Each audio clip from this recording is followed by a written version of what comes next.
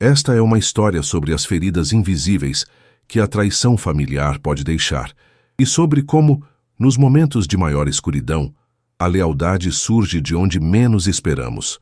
Você vai conhecer a jornada de uma mulher que, após dedicar anos da sua vida para sustentar o luxo dos pais e o futuro da irmã caçula, vê seu mundo desmoronar em um leito de hospital. Enquanto lutava pela vida após um acidente grave, ela descobriu que o amor daqueles que ela mais ajudava tinha um preço e que, quando o dinheiro parou de fluir, o afeto simplesmente desapareceu. Prepare-se para um relato emocionante de justiça, redescoberta e a força necessária para cortar laços tóxicos em nome de quem realmente importa. Antes de começarmos essa história incrível, não se esqueça de curtir o vídeo, se inscrever no canal e contar pra gente nos comentários de onde você está ouvindo essa história. O cheiro de antisséptico hospitalar sempre me causou náuseas, mas agora, misturado ao aroma metálico de sangue seco que eu ainda sentia impregnado nas minhas narinas, ele era quase insuportável. Eu tentava abrir os olhos, mas as pálpebras pesavam como se tivessem sido seladas com chumbo. O bip rítmico e incessante do monitor cardíaco ao lado da minha cama era o único som que preenchia o vazio do quarto, batendo contra as minhas têmporas como um martelo ruidoso. Eu estava viva. O impacto do caminhão contra a lateral do meu SUV ainda ecoava na minha mente, o som de vidro estilhaçando, o rangido de metal retorcido e o silêncio absoluto que se seguiu antes da dor lancinante tomar conta de tudo. Theo, minha voz saiu como um sussurro rachado, uma súplica que mal rompeu o ar seco do quarto. Minha primeira preocupação não era com a minha perna engessada ou com a dor aguda nas minhas costelas. Era com ele, meu filho. Meu pequeno Theo tinha apenas 6 semanas de vida. Ele deveria estar no banco de trás, mas o destino, ou talvez um pressentimento que eu não soube explicar na hora, me fez deixá-lo com a babá por apenas 2 horas para que eu pudesse resolver uma pendência na empresa. O acidente aconteceu no caminho de volta. Eu tateei o lençol áspero da cama do hospital, tentando encontrar meu celular.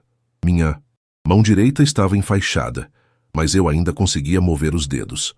Quando finalmente alcancei o aparelho sobre a mesa de cabeceira, vi que a tela estava trincada, mas ainda funcionava. Eram 3 da tarde. Eu estava apagada há quase 10 horas. Havia dezenas de mensagens de Gisele, a babá visivelmente desesperada porque eu não atendia e o horário dela já havia acabado. Com o coração disparado, ignorei a recomendação médica de repouso absoluto e disquei o número da minha mãe, Silvia. Eu precisava de ajuda. Eu era a provedora daquela família, a pessoa que mantinha o padrão de vida de todos. E agora, no meu momento de maior vulnerabilidade, eu tinha certeza de que eles estariam lá por mim. Alô? Mãe? Eu disse, assim que ela atendeu, minha voz falhando. Beatriz? Nossa, finalmente! Você sabe o susto que nos deu? O hospital ligou, mas eu estava no meio do meu tratamento de drenagem linfática. Que coisa desagradável, filha. Você precisa ser mais cuidadosa no trânsito de Curitiba. Esse povo dirige como louco. A voz dela soava impaciente, quase como se o meu acidente fosse um inconveniente na sua agenda social. Mãe, eu sofri um acidente grave. Estou no Hospital do Trabalhador. Não consigo me mexer direito. Por favor, eu preciso que você ou o pai busquem o Theo na casa da Gisele. Ela precisa ir embora e eu não tenho quem o pegue.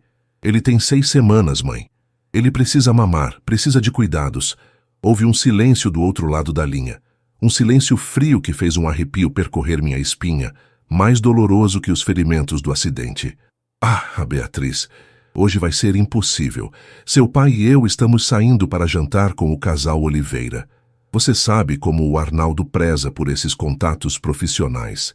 E, além disso, o Theo é muito pequeno. Você sabe que eu não tenho mais paciência para choro de bebê. Minhas costas doem só de pensar em carregar um bebê conforto.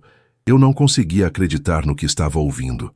Eu pagava o plano de saúde deles, a prestação do apartamento de cobertura no Moçungue, e até a conta de luz era debitada da minha conta. Mãe, vocês não entendem? Eu estou internada. Eu não tenho escolha. Por favor, Peçam para a Lorena buscar ele. Então, ela está em casa? A risadinha que minha mãe deu do outro lado foi a gota de água. A Lorena? Imagine, sua irmã está em Balneário Camboriú, querida. Ela precisava de um descanso da faculdade. Sabe como o curso de arquitetura é estressante.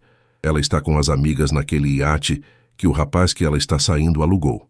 A Lorena nunca nos traz essas emergências, Beatriz. Ela é tão centrada, sempre curtindo a vida de forma leve. Você sempre foi essa coisa tensa, cheia de problemas. A Lorena nunca nos traz essas emergências. As palavras ecoaram na minha mente como um tapa. Lorena, que aos 24 anos nunca tinha trabalhado um único dia na vida. Lorena, cujas festas em Santa Catarina, roupas de grife e mensalidade da universidade particular eram pagas integralmente por mim, desde que nosso pai faliu a transportadora há 5 anos. Eu era a tensa, porque carregava o peso financeiro de 4 adultos nas costas, enquanto tentava ser mãe solo de um recém-nascido. Entendi, eu disse, minha voz subitamente fria, a adrenalina da raiva começando a mascarar a dor física. A Lorena está descansando em Balneário com o meu dinheiro, enquanto meu filho corre o risco de ficar sem assistência porque vocês têm um jantar. Não seja dramática, Beatriz. Ligue para a babá e pague um extra. Você tem dinheiro para isso. Amanhã, se der tempo, passamos aí para te ver. Agora preciso desligar, meu cabelo está quase pronto. Melhoras, viu? O sinal de linha ocupada soou no meu ouvido, seco e definitivo. Eu olhei para o teto branco e descascado do quarto, sentindo uma lágrima quente escorrer pelo canto do meu olho. Não era uma lágrima de tristeza, mas de uma clareza brutal. Eu estava sozinha. O emo-amor deles era diretamente proporcional ao saldo da minha conta bancária. Minha mão tremeu enquanto eu abria o aplicativo do banco. Meus dedos agiam quase por instinto, movidos por uma fúria silenciosa que queimava no meu peito. Primeiro, entrei no agendamento de transferências. Cancelei a mesada de R$ 8.000 que eu enviava para os meus pais todo dia primeiro. Em seguida, acessei o portal da faculdade de Lorena, bloqueei o pagamento da próxima mensalidade e removi meu cartão de crédito como forma de pagamento recorrente. Por fim, entrei no aplicativo da operadora de cartões e cancelei os 2 adicionais que estavam em posse deles. Se eu sou apenas um caixa eletrônico para vocês, então o caixa acaba de entrar em manutenção permanente, pensei, sentindo um peso enorme sair dos meus ombros, apesar da dor nas costelas. A porta do quarto rangeu. Eu esperava ver uma enfermeira com mais morfina, mas quem entrou foi uma figura curva, apoiada em uma bengala de madeira escura. Era o vovô Alceu, o pai do meu pai, o homem que eles chamavam de teimoso e retrógrado, porque se recusava a vender sua pequena chácara no interior para dar o dinheiro a eles. Ele cheirava a fumo de corda e terra molhada, um contraste gritante com a esterilidade do hospital. Ele se aproximou da cama, seus olhos pequenos e inteligentes brilhando por trás das lentes grossas dos óculos. Ele não disse, "Eu avisei." Ele não perguntou do carro. Ele simplesmente colocou a mão calejada sobre a minha e disse algo que mudaria o curso da minha vida e me daria as armas para a vingança que eu nem sabia que desejava. "Bia, minha filha, eu ouvi o que eles fizeram. Eu estava na sala quando sua mãe atendeu o celular no Viva Voz para não borrar as unhas. Não chore mais. O Theo já está comigo, lá na caminhonete com a Gisele. Eu passei lá e peguei eles. E escute bem o que o velho vai te dizer agora." As palavras do meu avô entraram nos meus ouvidos como um bálsamo, mas também como um alerta de que o mundo que eu conhecia havia acabado de desmoronar por completo. O vovô Alceu não era de falar muito. Ele tinha as mãos grossas, marcadas pelo trabalho na terra e pelo manejo das ferramentas na chácara em Campo Largo. Ele se sentou na poltrona desconfortável ao lado da cama, soltando um suspiro pesado que carregava o peso de décadas, observando a podridão que crescia silenciosamente dentro da nossa própria família. "Bia, minha filha," ele começou, a voz rouca e firme, enquanto seus olhos pequenos se fixavam nos meus. "Eu vi você se matar de trabalhar esses anos todos.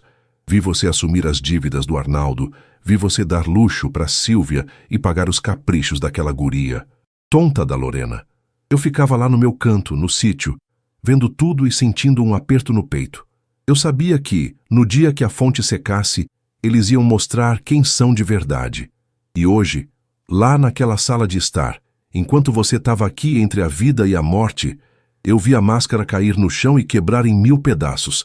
Eu sentia uma pontada aguda na costela a cada respiração, mas a dor emocional era muito maior.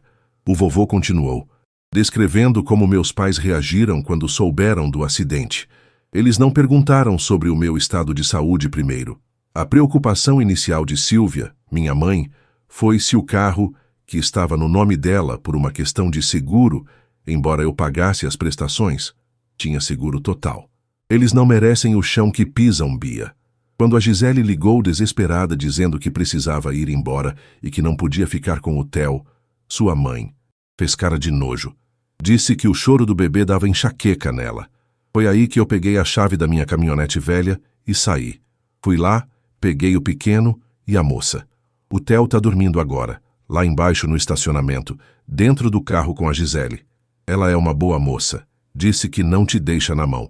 Ouvir aquilo partiu o resto do meu coração, mas também acendeu uma chama de determinação que eu nunca tinha sentido antes.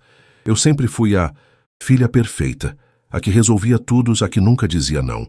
Mas a Beatriz que entrou naquele carro antes do acidente não era a mesma que estava deitada naquela cama agora. O que o senhor queria me dizer, vô? Perguntei, sentindo o gosto amargo do remédio na boca.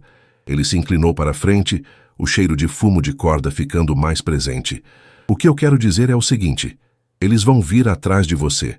Não por amor, mas pelo dinheiro que você acabou de cortar. Eu vi as notificações chegando no celular do Arnaldo enquanto eu saía de casa. Ele estava roxo de raiva, esbravejando que o cartão dele foi recusado no posto de gasolina. Eles vão fazer um inferno na sua vida, Bia. Vão usar a culpa, vão dizer que você é ingrata, vão usar até o nome de Deus se precisar para te dobrar. Mas você tem que ser pedra. Se você ceder agora, eles vão te sugar até não sobrar nem a carcaça. Nesse exato momento, como se fosse uma profecia sendo realizada, o meu celular sobre a mesa de cabeceira começou a vibrar freneticamente. O visor trincado brilhava com o nome Pai. Eu não atendi. A vibração parou, apenas para recomeçar segundos depois. Depois veio uma mensagem de Lorena no WhatsApp, provavelmente escrita entre um gole de espumante e outro em Balneário Camboriú. Beatriz, que palhaçada é essa? Meu cartão deu já não autorizado na frente de todo mundo aqui na Marina. Que mico! Resolve isso agora. Eu tenho uma reserva de hotel para pagar. Eu li a mensagem e senti uma vontade histérica de rir. Minha irmã estava preocupada com o mico na Marina enquanto eu tinha tubos conectados ao meu corpo. E meu filho de 6 semanas dependia da caridade do meu avô e da boa vontade da babá. Eles já começaram, vô, eu disse, mostrando a tela para ele. O vovô Alceu deu um sorriso triste, sem mostrar os dentes. Deixa que gritem, fia. O silêncio é a melhor resposta para quem só sabe pedir. Agora, escuta o que o velho tem para te oferecer. Minha chácara é simples, você sabe. Não tem o luxo desse seu apartamento de vidro em Curitiba, mas tem paz e tem o meu nome. Nada do que eu tenho lá pertence a eles. Se você quiser, assim que o médico te der alta, você e o pequeno Theo vão para lá. Eu cuido de vocês. E enquanto vocês estiverem lá, ninguém entra sem a minha permissão. A oferta era tentadora. A chácara ficava a cerca de 1 hora da capital, um refúgio cercado por pinheiros e o ar puro da serra. Era o lugar onde eu passava as férias na infância, antes de me tornar uma executiva viciada em trabalho e escrava das necessidades da minha família. Eu aceito, vô. Mas antes, eu preciso terminar o que comecei. Eu não vou só cortar o dinheiro. Eu vou retomar o que é meu por direito. Eu comecei a planejar mentalmente. O apartamento onde meus pais moravam estava no meu nome. O carro que meu pai dirigia? No meu nome. A conta bancária que Lorena usava?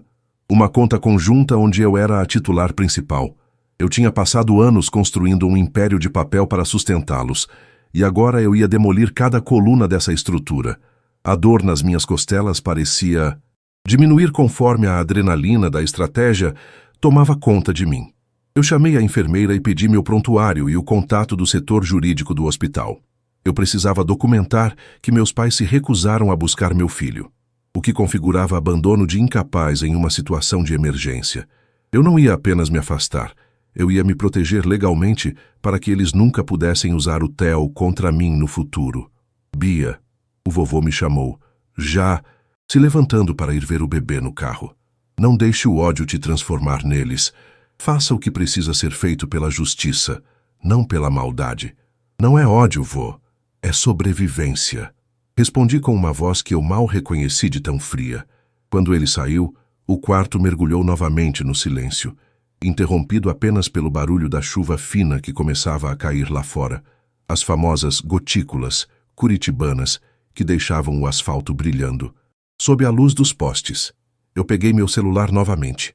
Bloqueei Lorena, bloqueei minha mãe, deixei apenas o número do meu pai liberado, porque eu sabia que ele seria o primeiro a vir pessoalmente quando percebesse que a vida de luxo estava escorrendo pelo ralo. Eu olhei para o relógio na parede. Eram quase 7 da noite. A medicação estava começando a me deixar grogue, mas eu me forcei a ficar acordada. Eu sabia que o confronto final daquela noite ainda não tinha acontecido, e eu estava certa. Cerca de 40 minutos depois, ouvi passos pesados e apressados no corredor, o som de sapatos sociais batendo contra o piso de linóleo. A porta do meu quarto foi aberta com força, sem bater. Meu pai, Arnaldo, entrou bufando. Ele não estava com roupas de quem veio visitar uma filha acidentada. Estava de terno, com o nó da gravata frouxo e o rosto vermelho de raiva. Você enlouqueceu, Beatriz? Ele gritou, ignorando o aviso de silêncio na porta. O que significa esse bloqueio nas contas? Eu passei a maior vergonha da minha vida no restaurante. O garçom trouxe a conta e o cartão não passou. Você tem ideia do que é ser humilhado na frente dos Oliveira? Eu o encarei, sentindo uma calma glacial. Oi, pai. Eu também estou bem.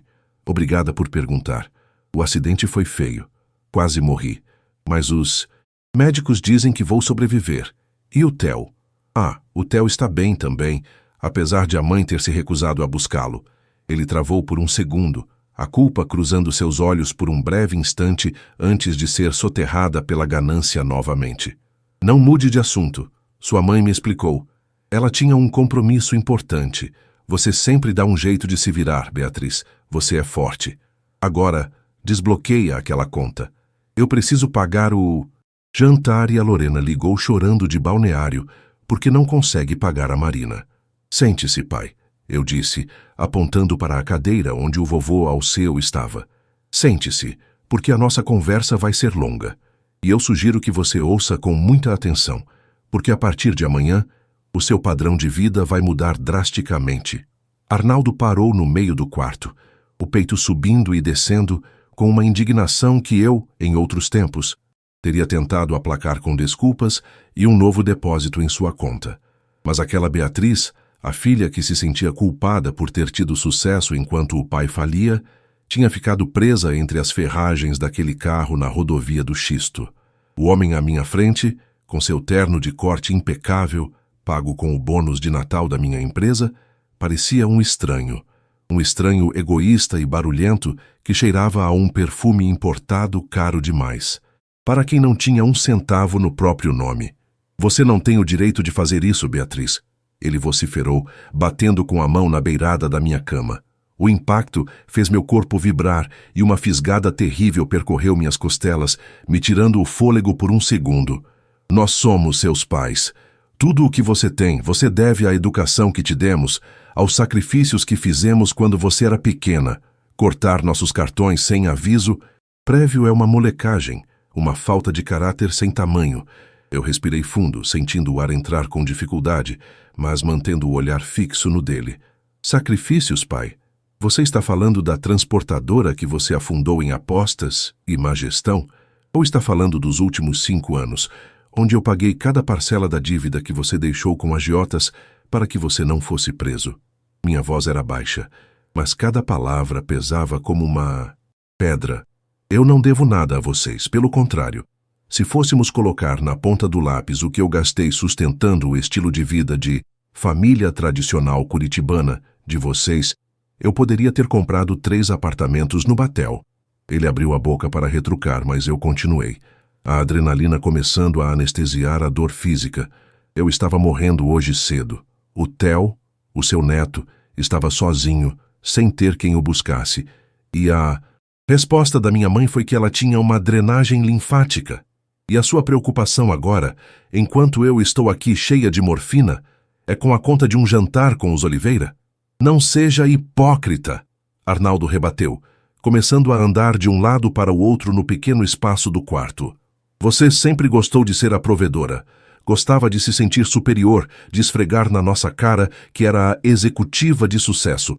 Nós só aceitamos o seu dinheiro para que você se sentisse bem no seu papel de filha.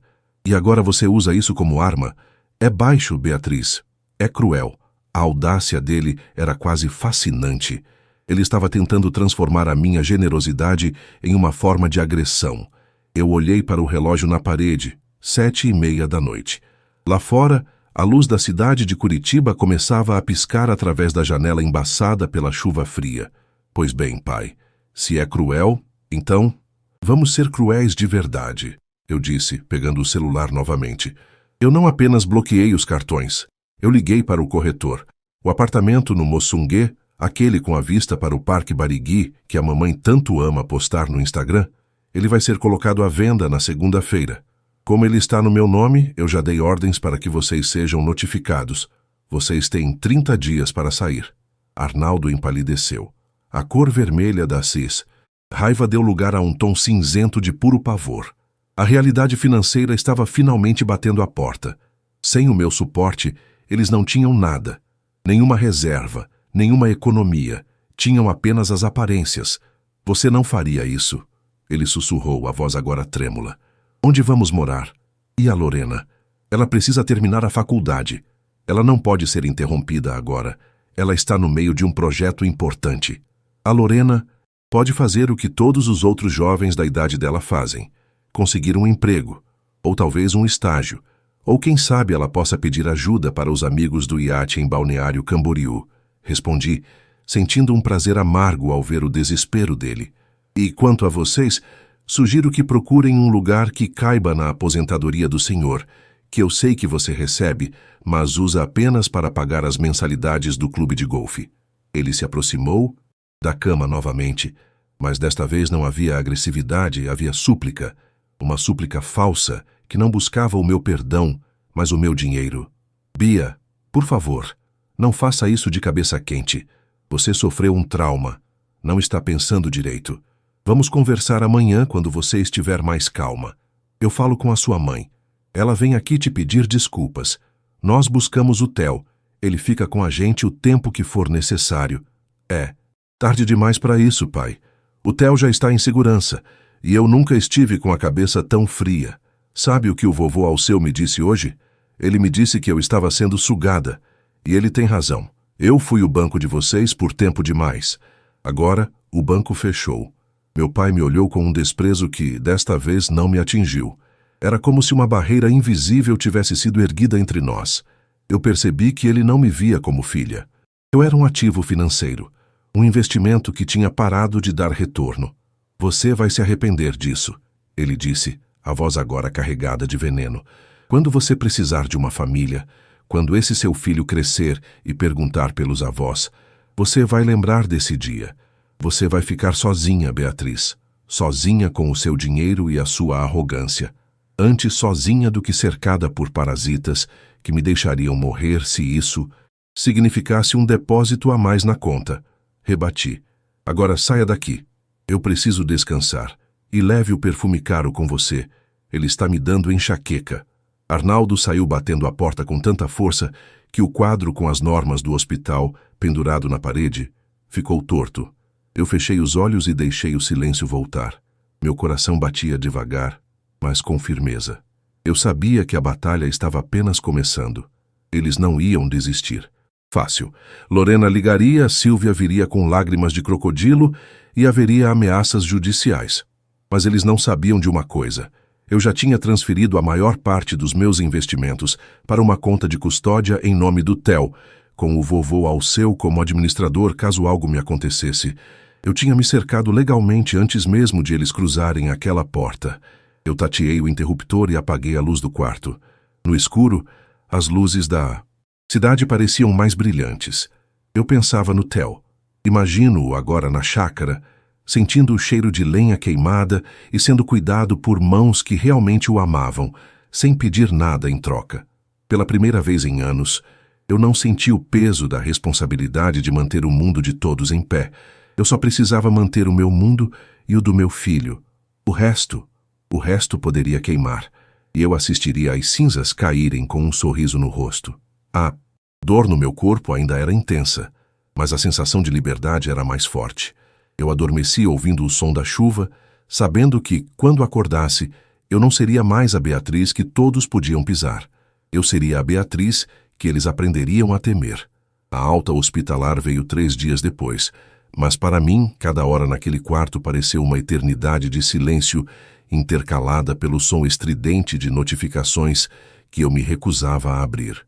O corpo ainda protestava.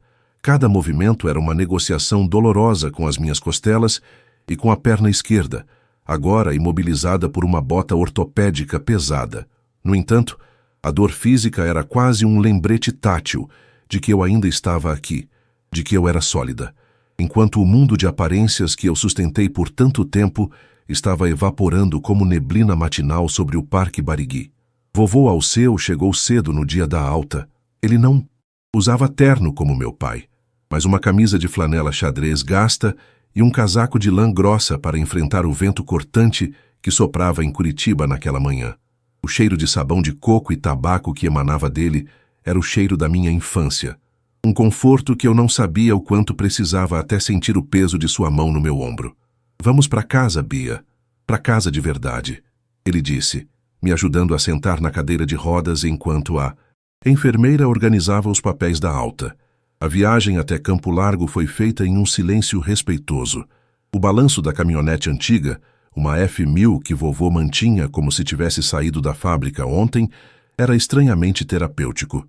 Eu olhava pela janela, observando os prédios modernos de Curitiba darem lugar às araucárias imponentes e aos campos verdes conforme subíamos a serra. Eu sentia que estava atravessando um portal. De um lado, era a executiva estressada que pagava as contas de luxo de uma família parasita. Do outro, uma mulher que precisava aprender a ser mãe e a se curar em meio às ruínas de sua antiga vida. Ao chegarmos na chácara, o som do motor morrendo foi substituído pelo canto dos pássaros e pelo latido distante de um vira-lata. Gisele, a babá, saiu na varanda com Theo no colo. Quando vi meu filho, todo embrulhado em uma manta de lã azul, senti um nó na garganta que nenhuma morfina seria capaz de aliviar. Vovô me ajudou com as muletas, e cada passo no cascalho do quintal parecia uma vitória.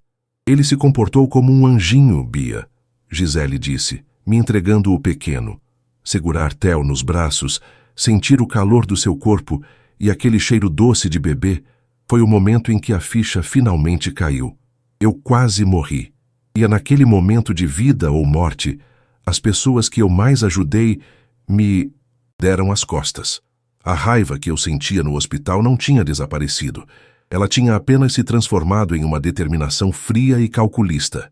Eu ia garantir que o futuro do meu filho fosse construído sobre rocha, não sobre a areia movediça daquela família.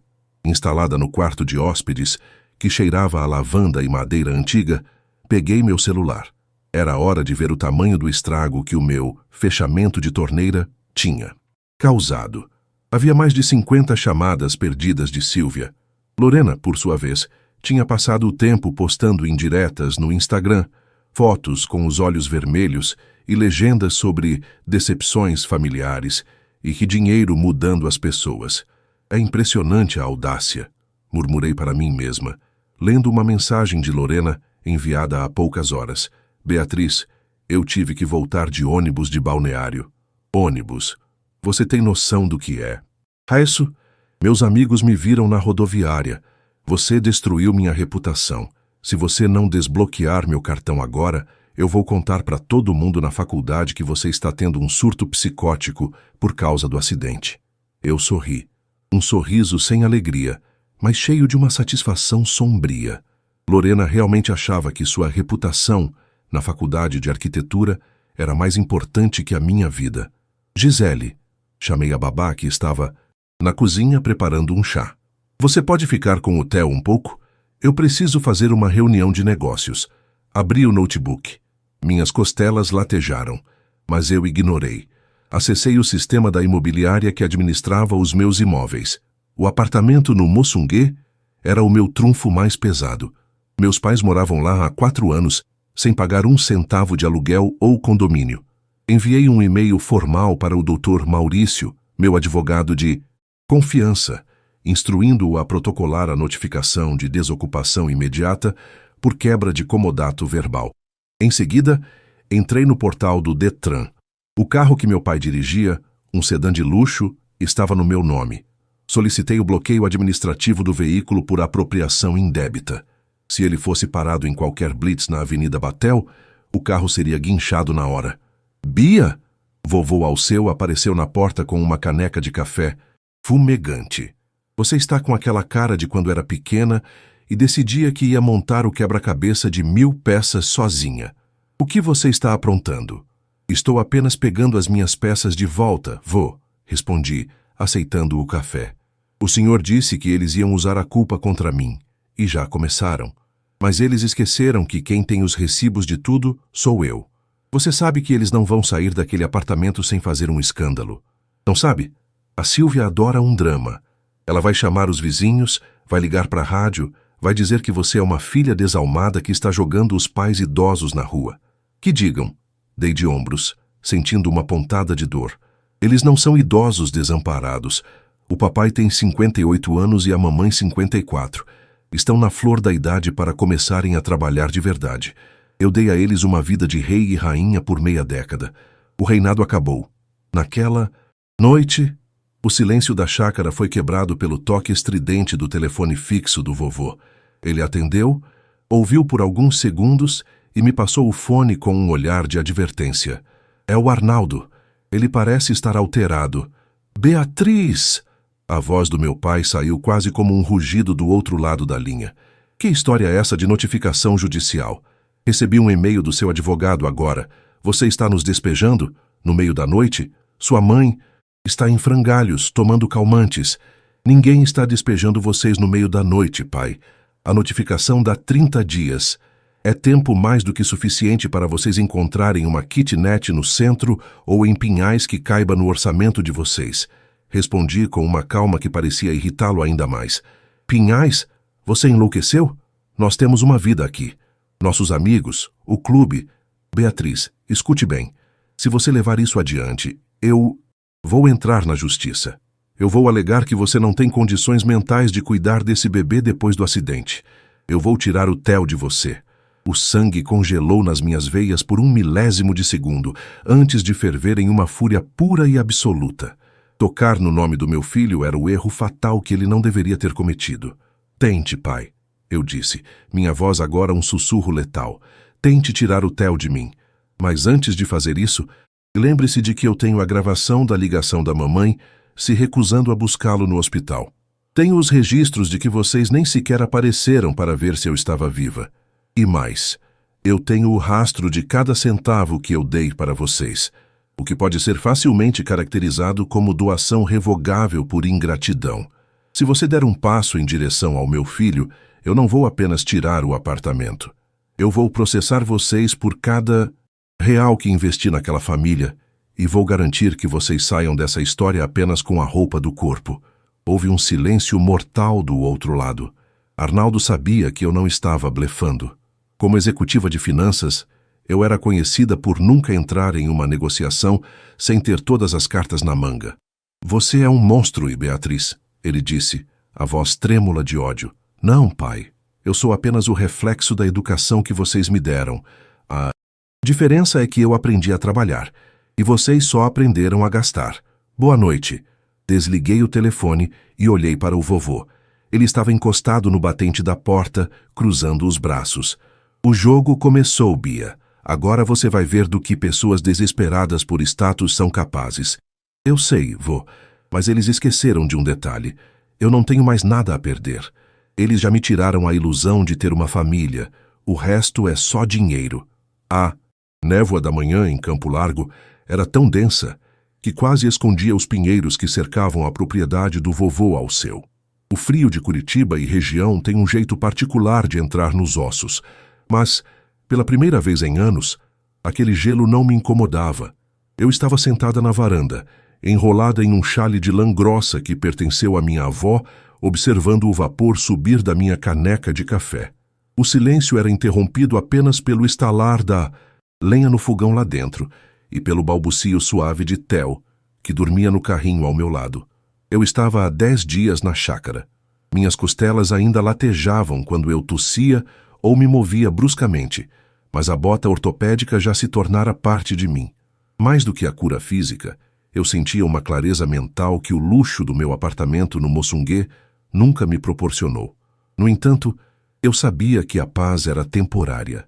O silêncio dos meus pais e da minha irmã nos últimos 2 dias não era um sinal de rendição. Era o silêncio de quem estava planejando o próximo golpe. O som de um motor forçando a subida da estrada de terra interrompeu meus pensamentos. Não era o som potente da caminhonete do vovô, nem o barulho discreto do carro de entregas. Era um som agudo, de pneus derrapando no cascalho úmido. Um SUV branco, coberto de lama, parou bruscamente diante da porteira. Eu reconheci o carro na hora. Era o veículo que eu pagava para Lorena, o presente de formatura antecipado que ela exigiu para ir à faculdade. Minha irmã desceu do carro parecendo uma miragem distorcida naquele ambiente rural. Ela usava botas de cano alto de uma grife francesa, calças brancas que já estavam manchadas de barro e um casaco de pele sintética que gritava Balneário Camboriú. Ela bateu a porta do carro com tanta força que Theo despertou, soltando um choro agudo e assustado. Beatriz! Ela gritou, caminhando em direção à varanda, tropeçando nas pedras. Que lugar é esse?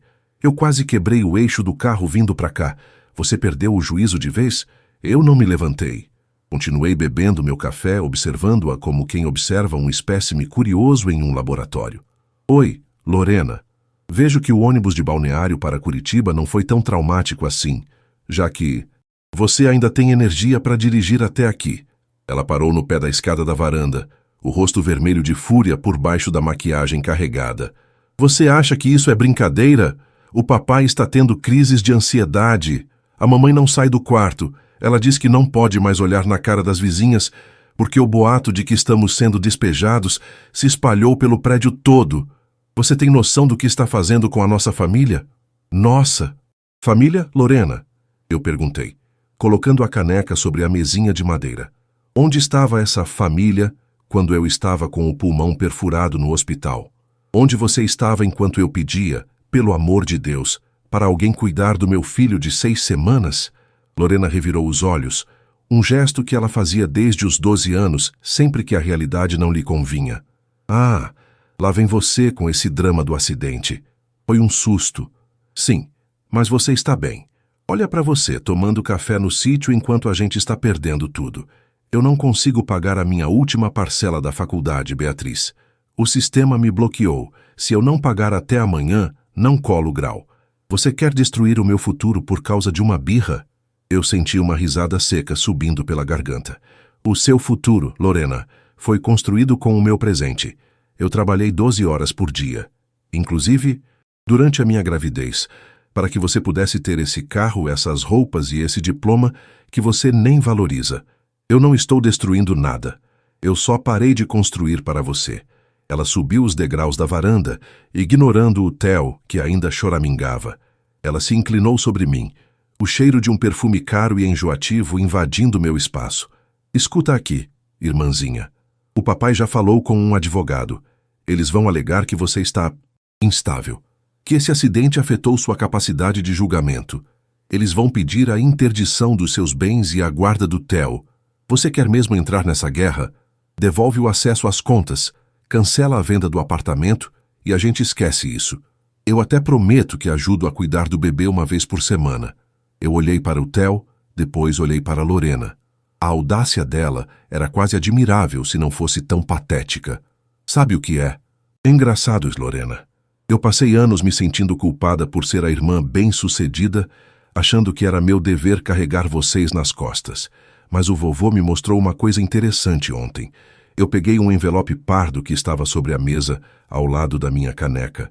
O vovô Alceu não é apenas um velho do sítio, como vocês gostam de dizer.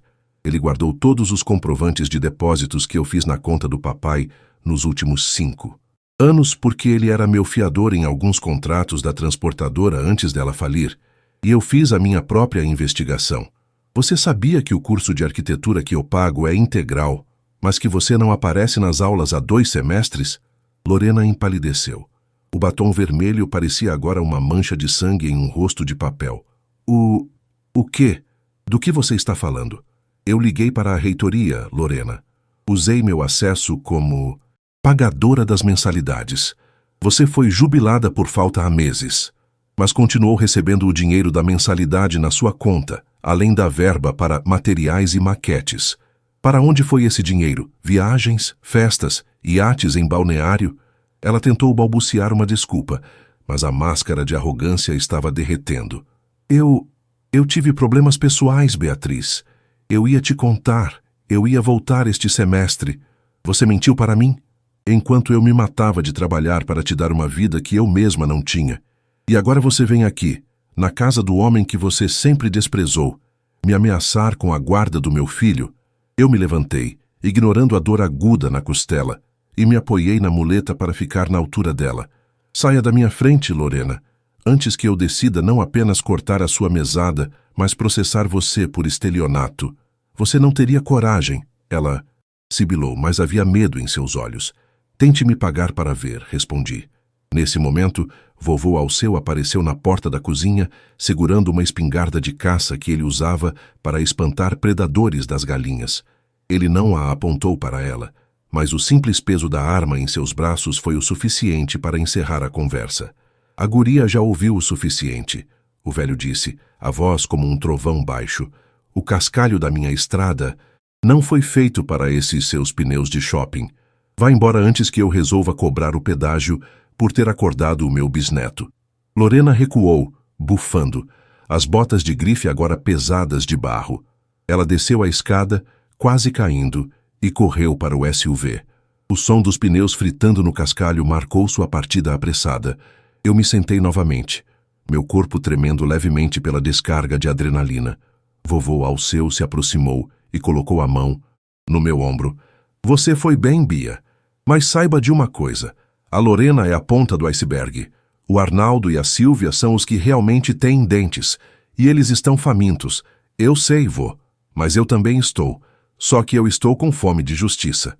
Peguei meu celular e disquei para o doutor Maurício. Maurício, pode avançar com a segunda fase do plano. Quero o bloqueio de todos os bens móveis que estão dentro do apartamento do Moçunguê. Se eles querem sair, vão sair apenas com as roupas que estão no corpo. E quero que você protocole hoje mesmo a notícia crime contra a Lorena por apropriação indébita dos valores da faculdade. É hora de mostrar para eles que o banco não apenas fechou, mas que agora está cobrando os juros. O sol finalmente rompeu a névoa, iluminando o campo. Eu peguei Theo no colo e o apertei contra o peito. A guerra estava declarada, e em Curitiba as tempestades costumam ser frias e implacáveis. Mas eu tinha o fogo do vovô Alceu para me aquecer. A paz da chácara em Campo Largo, com seu silêncio cortado apenas pelo balançar das araucárias, era um contraste cruel com o caos que fervilhava na tela do meu celular. 3 dias após a visita intempestiva de Lorena, o contra-ataque dos meus pais veio da forma mais previsível e, ao mesmo tempo, mais baixa possível, a opinião pública. Sílvia. Minha mãe sempre foi uma mestre das aparências, e ela decidiu usar essa habilidade como uma adaga. Acordei com uma enxurrada de mensagens de ex-colegas de trabalho e conhecidos do círculo social de Curitiba. Alguém tinha enviado um link para um vídeo que estava viralizando em um desses perfis de fofoca da cidade, muito populares entre a elite que frequenta os cafés do Batel. No vídeo, Sílvia aparecia sentada em um sofá bege, o sofá que eu paguei, com os olhos vermelhos e inchados, segurando um terço de cristal. Eu só queria entender onde eu errei como mãe. Ela dizia, a voz trêmula, perfeitamente ensaiada. Minha filha sofreu um acidente, o trauma afetou a cabecinha dela, e agora ela nos expulsou de casa. Estamos sem ter onde morar, sem acesso aos nossos remédios, e o pior de tudo, ela levou meu neto para um lugar insalubre, longe de qualquer assistência médica. Eu temo pela segurança daquele bebê. O impacto daquelas palavras me atingiu como um soco no estômago. Ela estava me pintando como uma louca instável e negligente perante toda a cidade. A sessão de comentários era um tribunal de linchamento. Que horror! O dinheiro sobe a cabeça das pessoas. Como alguém faz isso com os próprios pais idosos? Alguém precisa chamar o conselho tutelar. Senti meu peito apertar. E a dor nas costelas voltou com força total. Uma queimação que parecia querer me impedir de respirar. Eu sabia que o próximo passo seria uma visita oficial, e eu não tive que esperar muito. Por volta das 2 da tarde, uma caminhonete branca com o emblema da prefeitura parou diante da porteira. 2 mulheres de expressão séria desceram, assistentes sociais, acompanhadas por um oficial de justiça, o vovô Alceu, que estava consertando uma cerca ali, perto, caminhou até eles com sua calma habitual. Mas eu vi a tensão em seus ombros. Beatriz? Uma delas perguntou, ao me ver na varanda com Theo no colo. Recebemos uma denúncia grave de maus tratos e incapacidade civil. Precisamos avaliar as condições da criança e o seu estado de saúde. Minhas mãos tremeram, mas eu não recuei. Eu tinha me preparado para isso. Graças ao conselho do vovô, eu não tinha apenas ódio no coração. Eu tinha um dossiê. Podem entrar, eu disse, minha voz saindo firme, apesar do tremor interno. Theo está alimentado, limpo e com o acompanhamento pediátrico em dia. Quanto à minha incapacidade, creio que os relatórios do Hospital do Trabalhador digam o contrário. Durante as 2 horas seguintes, fui submetida a um interrogatório exaustivo. Elas olharam cada canto da casa do vovô, verificaram a despensa, as roupas de Theo e até a temperatura da água do banho. Eu apresentei os extratos bancários que mostravam o sustento integral da família nos últimos anos. As mensagens de texto de Sílvia se recusando a buscar o neto no hospital e, o mais importante, o áudio que eu gravei da ligação de Arnaldo me ameaçando dias atrás. Ao final da visita, a expressão das assistentes sociais mudou de suspeita para uma profunda consternação. Senhora Beatriz, disse a mais velha, fechando sua pasta. O que vimos aqui é uma mãe zelosa em recuperação de um trauma e uma família que, ao que tudo indica, está tentando usar o sistema para coação financeira. Fique tranquila quanto ao relatório, mas esteja preparada, pois eles não parecem dispostos a parar. Quando elas saíram, eu desabei em uma cadeira da cozinha. O vovô Alceu colocou uma caneca de chá de erva cidreira na minha frente e sentou-se à minha frente. O rosto dele estava sombrio, mais do que o normal. Bia, tem uma coisa que eu não te contei sobre o seu pai. Ele começou, a voz baixa, quase um sussurro. Eu achei que não seria necessário, que a gente resolveria isso na justiça comum. Mas o Arnaldo, ele passou dos limites ao mandar o conselho tutelar atrás do próprio neto. Ele se levantou e foi até um baú de ferro que guardava no sótão. Voltou com uma pasta de couro antiga, amarelada pelo tempo. Quando a transportadora faliu há 5 anos, você assumiu as dívidas dele, certo? Você achou que ele tinha sido apenas um mau administrador, mas eu era o sócio minoritário, Bia. Eu saí da empresa porque descobri que ele estava desviando dinheiro dos fundos de reserva que seriam a sua herança de faculdade e o seguro de vida da sua avó. Eu abri a pasta com os dedos trêmulos. Havia contratos com assinaturas falsificadas. A assinatura do vovô e, para meu horror, a minha própria assinatura em documentos de quando eu tinha apenas 18 anos. Arnaldo tinha usado meu nome para abrir empresas de fachada que lavavam o dinheiro que ele perdia em mesas de pôquer clandestinas em Curitiba e em cavalos no Jockey Club. Ele cometeu crimes, Bia. Crimes contra a própria família. O vovô continuou. Eu guardei isso porque não queria ver meu filho na cadeia. Achei que a falência seria castigo suficiente. Mas ele nunca mudou. Ele está usando o mesmo modus operandi com você agora. Ele não quer apenas o seu dinheiro. Ele quer te anular legalmente para ter controle total sobre tudo o que você construiu. A revelação foi como um balde de água gelada. Meu pai não era apenas um parasita. Ele era um criminoso que tinha me usado desde que eu me tornei adulta. A tristeza que eu sentia por perder meus pais foi substituída por uma frieza cirúrgica. Eles não eram minha família. Eram adversários que precisavam ser neutralizados. Vovô, o senhor me empresta esses documentos? Perguntei, fechando a pasta. Eles são seus? Fia, use-os com sabedoria. Naquela noite, a chuva voltou a cair pesada sobre o telhado de zinco da chácara. Eu não dormi. Passei a madrugada digitalizando cada folha daquela pasta e enviando para o doutor. Maurício. O plano original de apenas despejá-los e cortar a mesada agora parecia pouco. Eles queriam guerra? Eles teriam uma aniquilação. Mandei uma última mensagem no grupo de WhatsApp da família, onde eu ainda não tinha bloqueado Sílvia e Arnaldo, apenas para que eles vissem. Mãe, vi o seu vídeo. Atuação digna de um Oscar. Pai, as assistentes sociais adoraram o chá do vovô. Amanhã, o Dr. Maurício estará protocolando uma queixa-crime por fraude, falsificação de documentos e estelionato sentimental. Vovô Alceu enviou lembranças e os originais daquela pasta de couro de 2019. Sugiro que vocês procurem um advogado criminalista, e não um de família. O tempo das aparências acabou. O silêncio que se seguiu foi absoluto. Ninguém respondeu. Ninguém digitou. Pela primeira vez em 10 dias, eu senti que a vantagem era minha. Eu estava protegida pelas paredes da chácara e pela verdade que o vovô guardou por tanto tempo.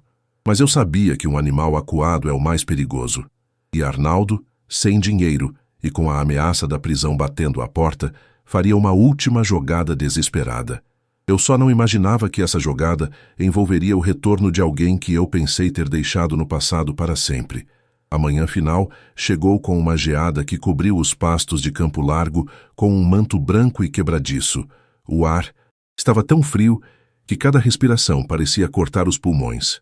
Mas era um frio revigorante, que limpava a alma. Eu estava na cozinha, sentada perto do fogão a lenha, ouvindo o estalar da brasa enquanto o café coava lentamente, exalando aquele aroma forte que inundava a casa. Theo estava no meu colo, observando com curiosidade as chamas dançarem através da fresta do ferro fundido. Minhas costelas não doíam mais, o que restava era apenas uma lembrança surda de que eu era mais forte do que o metal retorcido de um carro. O silêncio foi interrompido pelo som de 2 carros subindo a colina. Eu não precisei olhar pela janela para saber quem era.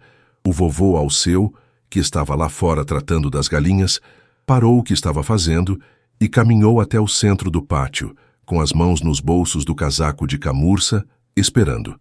Eu me levantei, coloquei Theo no cercadinho seguro perto do calor do fogão e peguei a pasta de couro que o vovô me dera. Saí na varanda e senti o impacto do vento gelado no rosto. No pátio, a cena era patética. Arnaldo e Sílvia desceram de um táxi. O carro luxuoso já havia sido recolhido pelo guincho na noite anterior, conforme a ordem judicial que o Dr. Maurício conseguira.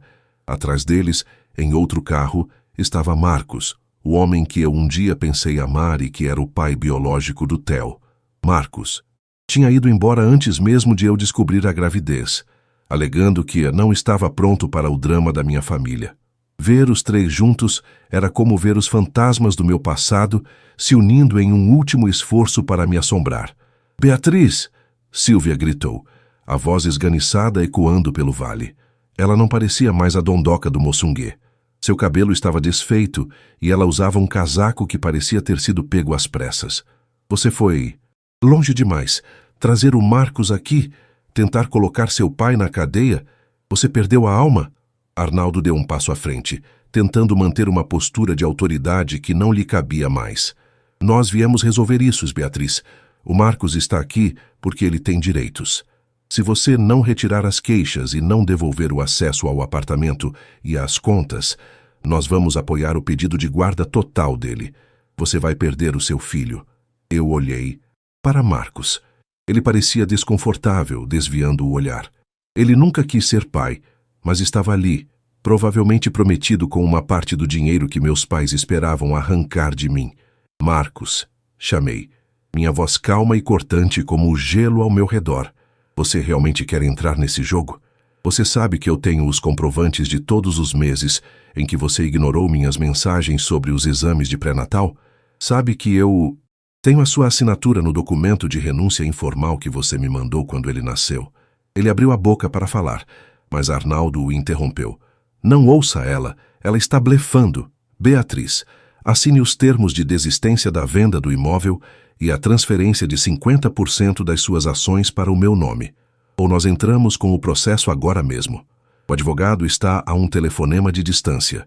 Eu dei um passo à frente, descendo o primeiro degrau da varanda. O vovô Alceu se aproximou, ficando ao meu lado como uma muralha de carvalho antigo. Vocês falam muito em direitos e família.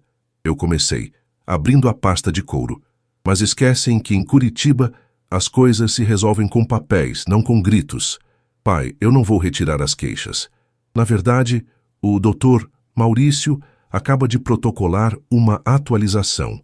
Lembra daquelas assinaturas falsificadas? De 2019. Descobrimos que você continuou fazendo isso até o mês passado, usando uma procuração que você me fez assinar enquanto eu estava sob efeito de sedativos no hospital no dia seguinte ao acidente. Arnaldo estacou. O rosto dele passou do vermelho para um tom de cinza doentio. Isso é mentira, ele gaguejou.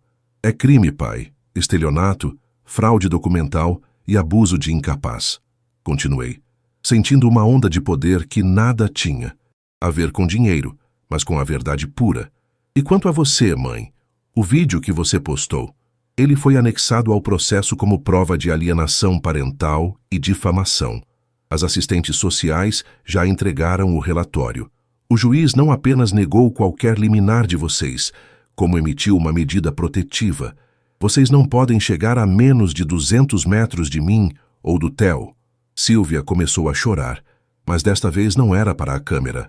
Era um choro de desespero real, de quem percebe que o palco desabou. Beatriz, por favor, onde vamos morar? Nós não temos nada, você vai nos deixar na rua? Vocês têm o que merecem, respondi, sem um pingo de hesitação. Eu deixei uma pequena quantia em uma conta poupança em nome do vovô. É o suficiente para vocês alugarem uma casa simples em Almirante Tamandaré e recomeçarem. Mas há uma condição. Vocês vão assinar uma confissão, detalhada de todos os desvios que fizeram. Se um dia vocês tentarem se aproximar de mim, do Theo ou do meu dinheiro novamente, eu entrego a confissão e as provas para o Ministério Público, e vocês vão passar o resto da velhice em Piraquara, na penitenciária. Marcos, vendo que o barco estava afundando, deu meia volta. Eu não assinei nada com eles, Bia. Eu só vim porque o Arnaldo disse que o bebê estava em perigo. Eu tô indo embora. Não quero nada de vocês. Ele entrou no carro e saiu em disparada, deixando poeira e silêncio para trás. Meus pais ficaram ali, pequenos e derrotados diante da imensidão da chácara e da força da filha que eles tentaram destruir. Vão embora, o vovô Alceu disse, a voz grave e definitiva. O táxi está esperando. Aproveitem a carona, porque é a última coisa que a Beatriz paga para vocês. Eles se viraram, humilhados, e caminharam de volta para o carro. Eu os observei partir até que o som do motor sumisse na estrada. O peso que eu carregava há 5 anos, o peso de sustentar sonhos alheios, de perdoar traições sistemáticas, de ser o esteio de quem só queria me sugar, finalmente desapareceu. Voltei para dentro da casa. O calor do fogão me abraçou. Peguei Theo no colo e ele sorriu para mim. Um sorriso desdentado e puro que valia mais do que qualquer cobertura no Moçungue. Agora somos só nós, pequeno, sussurrei, beijando sua testa. Eu não era mais a executiva que vivia para os outros. Eu era a Beatriz, dona do meu destino, curada e protegida. A vingança não tinha sido doce, como dizem os livros. Ela tinha sido necessária, como uma cirurgia que remove um tumor para que o resto do corpo possa viver. Pela janela, vi o sol de inverno brilhar sobre as araucárias. Eu tinha perdido uma família de sangue, mas tinha ganhado a liberdade. E ao lado do vovô Alceu e do meu filho, eu finalmente sabia o que significava a palavra lar.